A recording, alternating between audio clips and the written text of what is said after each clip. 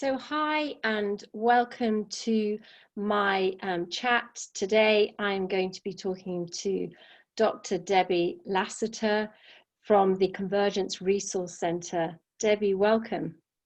Hi, Sarah. Thank you so much for having me. I'm very excited to be here. That's okay. And, you know, I just love the work you're doing, and I just want you to share with our viewers about the work you do with survivors of human trafficking. Can you share something about your programs? I know that you provide informed care and therapy and training and education. So Okay. do let us know what you do. Yeah, so Convergence Resource Center has been open for about 17 years, and we provide supportive services for people that have come out of the commercial sex trade or are kind of on the fence. So we provide therapy for them, on-site therapy, and we can do it remotely. We also provide some job readiness and placement with them through mentors. We take them through a 10-week psychologically walking out of the commercial sex trade. We also provide support for their family and loved ones to help them deal with that a family member has been trafficked. We also help them with on-the-job training, because many times it's difficult for them to go right into a job situation. Yeah. So we provide on-the-job training here where they get paid while they're being trained and being acclimated into the workforce. We also provide peace boxes for them, which were actually created by a survivor that was severely traumatized after having been tortured for many years. She created peace boxes, which are peace boxes we give to the other survivors, and she puts a little note in there for them to help them. And they have things that help you recover quickly when you're having a traumatic episode, like things you can smell and touch to help ground you and bring you back. And then we also do heart math with them, which is a science-based technology that helps you recover from trauma using your own body. And so we show them how to recover and ground themselves if they have a traumatic episode and they're alone or in a crowd and they need to try to recover quickly. And so Heart Math Institute, we work with them to provide that. And then we also provide services for their family and loved ones, because a lot of the ladies were telling us they get out, they go home, and their family would not be able to respond to them in a way that made them feel like they wanted them there. And many times the family's just in shock. And so we help the family in that way. And then we give them what's called an SOS bag, Solace Offering Support. I'm an acronym nut, as you'll find out. And this bag is full of adult, full size shower gel, shampoo, conditioner, not trial sizes, because for some of the women, those are triggers. So we give them regular size. We also give them a jogging suit, some flip-flops, books to read, adult coloring books. And then along with all of that stuff, we make sure they have like toothbrush, toothpaste, all that kind of stuff. We give them all that. And then we do a lot of training as well in the community. We've trained several different organizations, including the school systems, medical staff, on how to work with survivors. And then we have one of our stellar projects, which is called HEMAD, which is Human Trafficking Educators with Men and Boys Against the Demand. And we challenge men to take a stand against human trafficking by watching a video, getting a little education, and then taking a pledge. Last year, 45,000 men took a stand against human trafficking. 45,000. That's right. This year we want well, that. We want that doubled. Yes, we do. Come on, guys. We want that doubled. And you can help us with that by just letting. We want that doubled. Okay, we'll keep you posted because it launches November 23rd.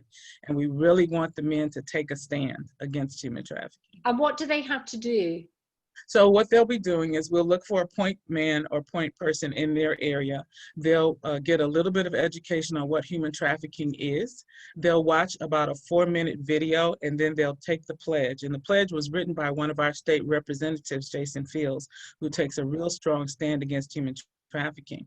Once they take that pledge, they will receive a wristband that says, "I'm mad and I stand against human trafficking." They'll also receive a little pocket card with the pledge on it.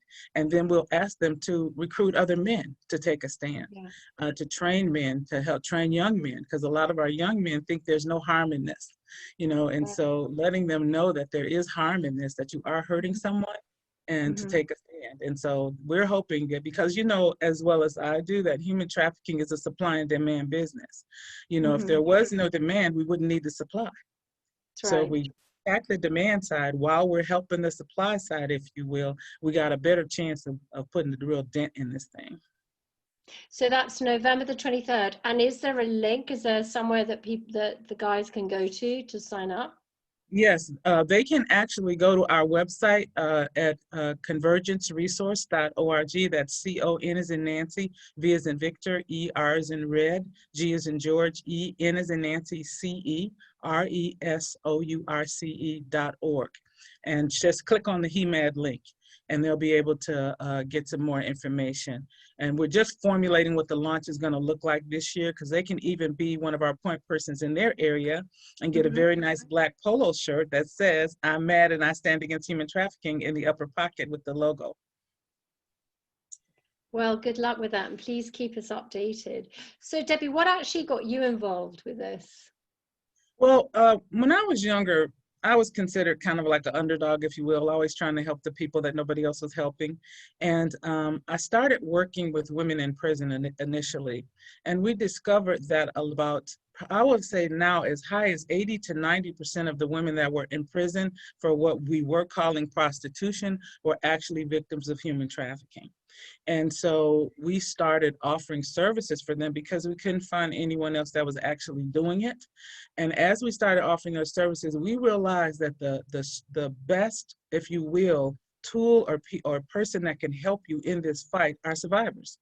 So we started reaching out to survivors saying, hey, we know you need help, but what kind of help would you need, would you want if money wasn't an object? And as they started telling us, we began building our programs. And so many of our employees are actually survivors. Many of the people working here during our Earned Survivor Support Program, where they're getting paid to work here, are actually survivors. The people That's they do fantastic. some of our case managers are actually human trafficking survivors. Wow. And so they're a part of our program, because we also work with anyone rebuilding their life after trauma. But we just have a focus on justice-involved women and human trafficking survivors. And so that is what we've been doing.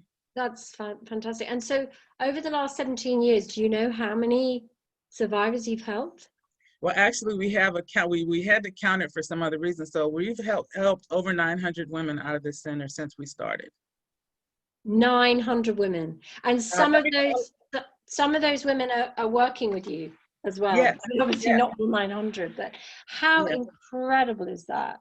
But now that 900 number is ones that have actually come here or communicated with us after they got out. But we help hundreds of women daily when we go to like a prison or someplace and they disclose for the first time to us. And so those numbers aren't even included in that 900. It wouldn't be unusual for us to go to an event and 100 women come forward and say for the first time that they were trafficked, and then start needing. We actually do, we participate in providing support during police operations, and Right. some of those women then call the center for assistance, and we're able to help them start making those steps to get out. Because what we find is that they don't always want to get out initially. Sometimes it takes as many 7 times of communicating with them before they will actually come out. We have a call center. It's not a 24/7, it's a warm line of support. So we're Okay. not like 911 where the police are coming. You're actually talking to somebody or communicating someone that's kind of helping you understand what's going on. Well, I can remember one lady, she would call the call center. I'd be here like 2 o'clock in the morning on a Saturday, and she'd call and she'd say, I'm about to go out and go on a date, and I just want to know if you're there. I'm like, I'm here. And then she'd say, well, I'm going to call you back when I finish my date to see if you're really going to still be there. I say, okay. So she'd call back. And then she'd say, well, I'm getting ready to do my last date and then I'm going home. And I'd say, okay, if that's what you want to do, but you don't have to. She'd do her date. She'd call me. She'd say, I'm home. I just want to know, if I come in for help, are you still going to help me knowing what I just did tonight? And I'm like, yes. About 3 days later, she showed up here for help. And she is now living in another state, married with a little boy, working a job. Oh. And Well, I that's just, can see, I mean, everyone can see just by listening to you that you are passionate about what you're doing. And, I can see you've dedicated your life to it. And I can see why people would want to work with you and follow you. And I really can. It's amazing, the work you're doing. And it's so encouraging to hear the number of survivors that you've helped, and the fact that they have turned their lives around and now they're helping others. You know, I how just healing is that? How healing is that for them as well? It's healing for me and them. And one of the things I really wish people would remember is that these young women, we work with women, but we know that men and boys and girls can also be trafficked. They are some of the most talented women in the world. One of our survivors was just the featured artist at the International Human Trafficking and Social Justice Conference. Another one is now becoming an aspiring fashion designer. We have another one that's starting her own business. She's doing a nail shop, but she's starting her own business. But they are so talented and able to move forward and help, and all of them still want to help others. So we train them to be able to do one-on-ones with other survivors, and I'm just so amazed by that. We participate doing rescues on the ground during Super Bowl and Pro Bowl with another organization you're really familiar with, Rahab's Daughters. Yeah. And when we do that, we turn our center into a 24/7 call center, and the people they're talking to on the phone are survivors that want to help. And so that is absolutely amazing. And we're so excited to be part of It's a Penalty because it's really making a dent. And I just would like to say, if I could, that many people want to kind of make the statement that things aren't happening the way that they happened in some of the movies that are out there. But what they need to understand is that human trafficking is global. It may not be happening that way in your little world or your world, but it's happening that way somewhere else in the world. And we need to remember that this is bigger than just you or I. It's huge. And that's why we need so many people to work together to stand against this. Yeah, and we're so delighted that you're partnering with It's a Penalty for our What is Human Trafficking campaign. And, you know, human trafficking is the fastest growing illegal business in the world. And like you said, it's happening in your own backyard. Mm-hmm. And it's only when we come together and raise awareness and educate about signs to look out for and educate about ways to report. Mm-hmm. And, you know, I think also for victims, you know, for victims to, you know, some victims may be watching this, and just for them to know that, you know, there is a way out and there is help for them. And, you know, if they go to It's a Penalty's website and click on Make a Report, it'll go to a map of the world that we've developed. And wherever you are in the world, you can click on that place in that world, and it'll come up with mechanisms by which you can make a report, whether you're a victim or whether you believe you might have seen something. But, you know, going back to the Liam Neeson video, you know, we're delighted that the actor Liam Neeson's collaborated with us. Of course, there is that link to Taken, the movie Taken. And like you said, you know, for those of you that have watched the film, the story is about two young women that are trafficked or abducted and trafficked into sexual exploitation while they're traveling around Europe. And while that is one form of human trafficking, a vast majority are trafficked within their own towns and their own cities by people that they know. And so, you know, this short video now, you know, we launched it a few weeks ago on social media. It's been seen by 3.3 million people already on social media. And from this Thursday, from the 1st of October, the 30-second version is going to be launched on 4 international airlines. That's Japanese Airlines, American Airlines, Emirates, and Cathay Pacific. And also Hilton hotels are going to be showing it, and the Miami airport are going to be showing it. So, and the joy about this video, which educates about what is human trafficking, is that it's got longevity. So, you know, and we're so aware that, you know, this is in response to COVID-19. The world is still in the middle of this pandemic, but how much more vulnerable are the vulnerable going to be as a result? We are really finding out that during COVID-19, we are seeing an increase in cases, an increase in the level of violence, the level of torture. As people are pinned in, they are taking this out on survivors even more.